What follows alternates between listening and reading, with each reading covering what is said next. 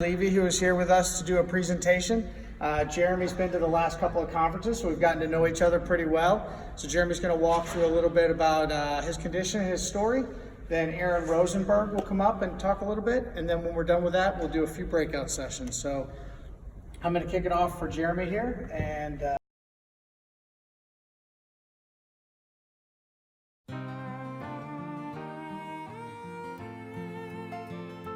child of mine, you are the one. And I am 31 years old. I was born and raised in Colorado. I was born with bilateral anophthalmia. From things my parents have told me and from watching family video, my motor and speech development were delayed compared with sighted children. I began crawling when I was 10 months old, walked when I was 2, and had a 20-word vocabulary when I was 3. Through the years, I always had the most interesting toys. As an infant, all of my toys were either very textured and tactile, or they made noises when I moved them in a particular way. I played with cheerleader pom-poms, handles with bells on them, toys I had to squeeze to make noise, and of course, toys that I could put in my mouth and chew on. As I got older, Jack-in-the-Box, stacking pails, and shaped puzzles were some of my favorites. Stuffed animals are other toys that I enjoyed collecting and playing with. Some of my toys were appropriate the way they came, and others needed adaptations to make them meaningful for me. My grandpa even made a beaver and put it in a Nerf ball for me. In elementary school, all the kids liked to come to my house because they liked to play with me and my new toys. Show of hands, how many people think I was a cute child?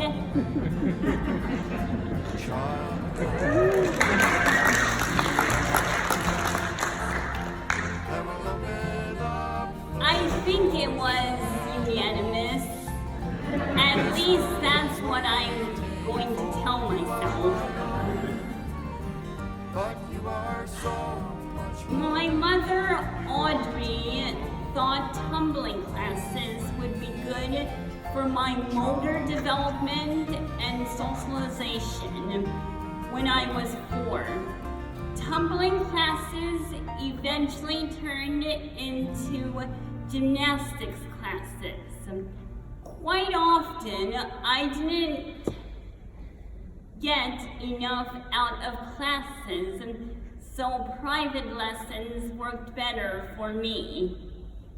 My adaptive PE teacher got me involved in snow skiing when I was 6 years old with the National Sports Center for the Disabled in Winter Park, Colorado. I still enjoy going to Winter Park to ski.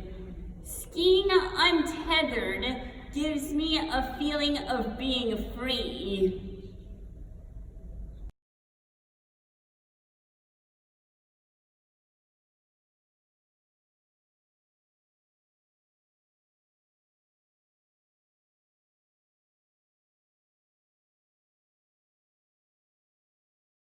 And taking piano lessons when I was 6.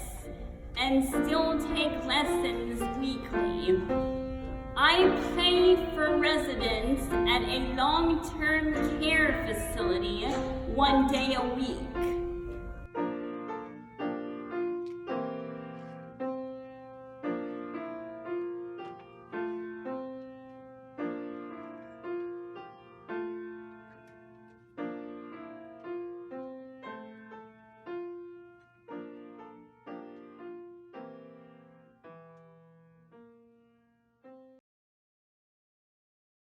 I have always been afraid of animals. When I was 16, with a great deal of support and patience, I overcame my fear of horses and began therapeutic horseback riding. I even went riding in the mountains of Hawaii during my last visit. I attended my neighborhood public schools for my elementary and middle school years. Over time, my neighborhood public schools didn't know how to teach concepts to me, and it became frustrating. During 8th grade, I transferred to the Colorado School for the Deaf and the Blind. This meant that I wouldn't be home Monday through Friday. The trade-off was worth it because they really knew how to teach me.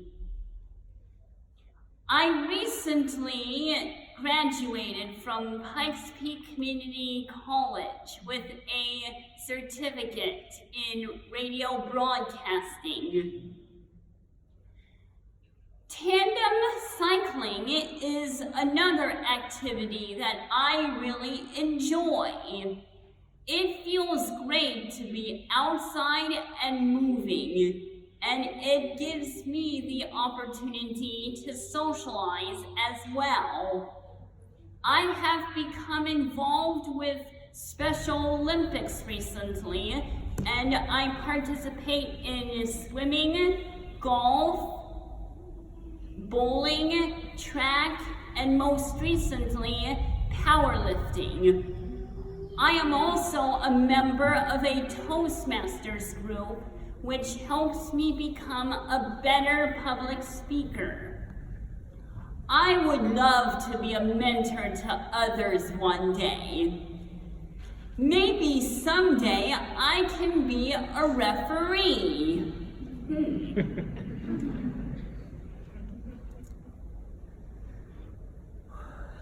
I have been traveling ever since I was born. I enjoy exploring new places and also enjoy going back to places I have already been. New places are exciting. There are new sounds and smells. It's fun to visit places, and the smell of the airports is like a welcome back greeting to me. I enjoy getting to know the people who live where we visit and listen to their accents. Each place we visit has its own pace and vibe. And most exciting for me, each place has different radio stations to listen to. Some of my favorite places to visit are Hawaii, Florida, California, New York, and Mexico. I'll have to admit that I get both excited and maybe a little bit apprehensive about traveling to new places. What will the food be like? Will it smell okay? Will they have good talk radio? Will my dad snore?